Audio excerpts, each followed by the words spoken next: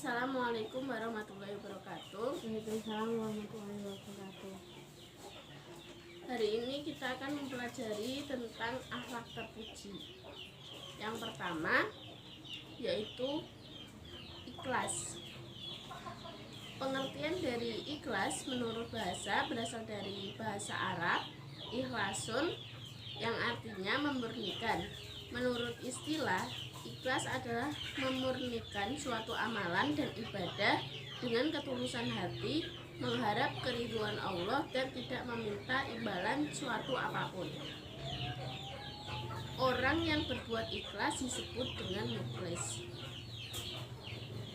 Terus amal ibadah yang diterima oleh Allah Subhanahu wa taala hanya amal ibadah yang dikerjakan secara ikhlas.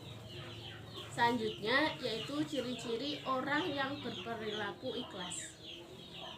Ciri-cirinya yaitu orang itu hanya mengharap ridho Allah ketika melakukan sesuatu atau perbuatan atau ibadah.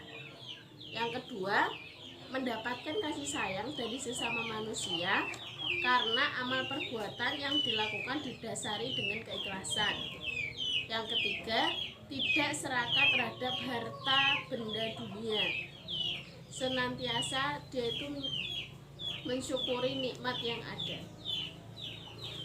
Terus ada juga perbuatan yang dapat merusak keikhlasan, yaitu ada riya, sum'ah, nifak, dan israf.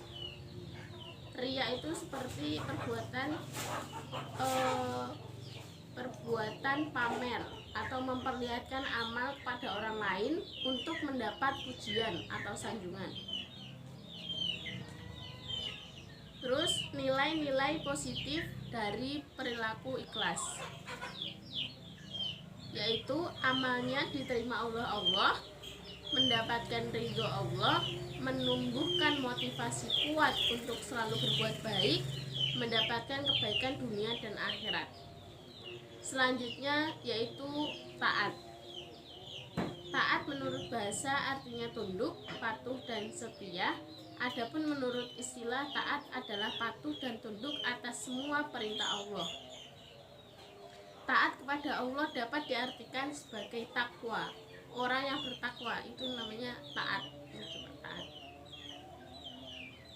Terus contoh perilaku taat kepada Allah dan Rasul seperti menjalankan sholat 5 waktu dengan tertib atau dengan tepat waktu.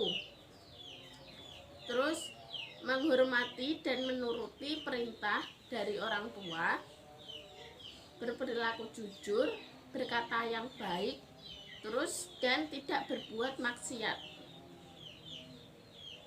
Nilai-nilai positif yang terkandung dalam sifat taat yaitu memperoleh kepuasan batin karena telah mampu melaksanakan salah satu kewajiban kepada Allah dan Rasul.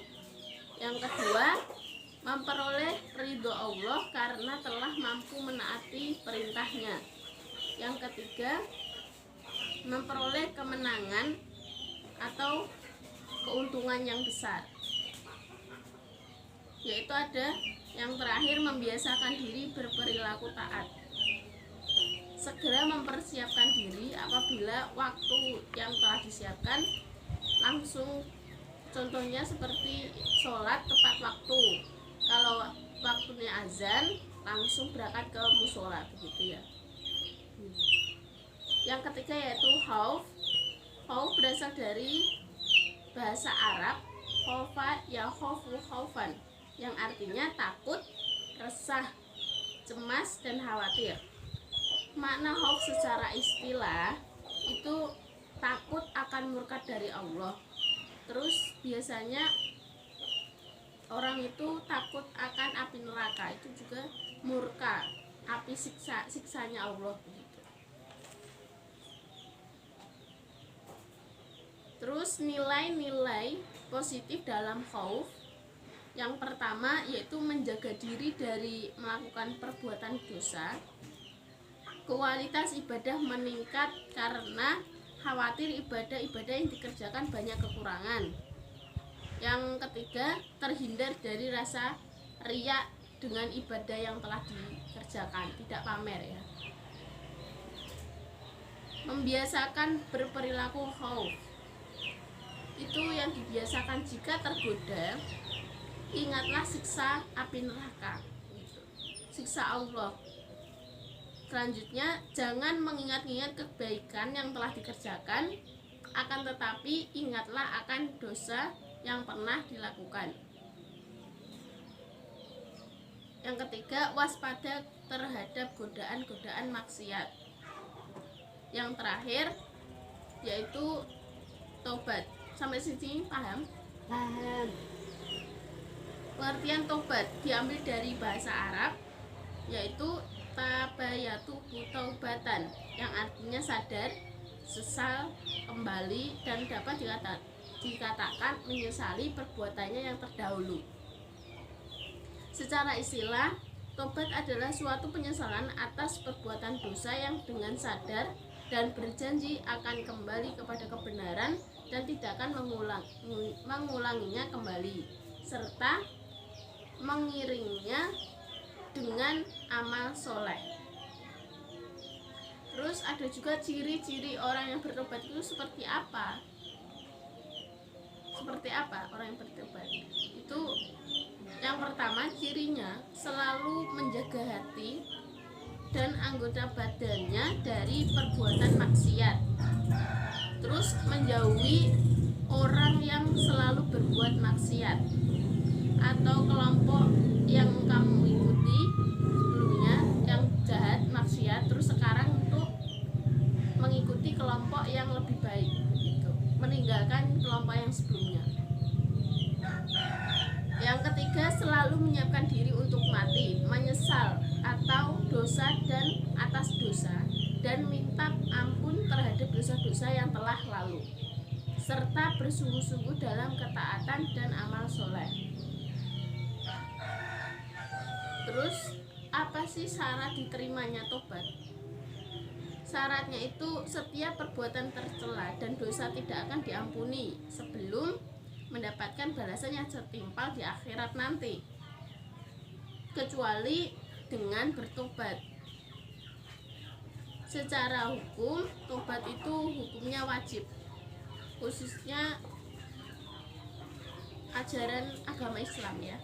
Berikut ini syarat dari melaksanakan tobat. Ada syaratnya, yaitu yang pertama syaratnya hendaknya ia meninggalkan maksiat tersebut, maksiat yang dilakukan sebelumnya, menyesali perbuatannya, dan berniat teguh untuk tidak mengulangi perbuatan tersebut selama-lamanya. Yang terakhir yaitu nilai-nilai positif perilaku tobat. Yang pertama, Allah akan mengganti dosa orang yang bertobat dengan kebaikan. Yang kedua, mendapat rahmat dan ampunan dari Allah. Yang ketiga, mati dalam keadaan husnul khotimah. Dan yang terakhir, mendapat pahala atau keberuntungan, masuk surga begitu. Biasanya keberuntungannya besok masuk surga. Sampai di sini paham? Paham. Terus untuk tugas rumah, untuk pengayaannya, mencari fenomena atau peristiwa kehidupan sehari-hari, dicatat mana yang dilingkupkan, mana yang ikhlas, mana yang khauf, mana yang tobat, dan mana yang taat, gitu ya PR-nya. Iya Bu. Untuk materi hari ini sekian. Alhamdulillahirabbil alamin. Wassalamualaikum warahmatullahi wabarakatuh. Waalaikumsalam warahmatullahi wabarakatuh.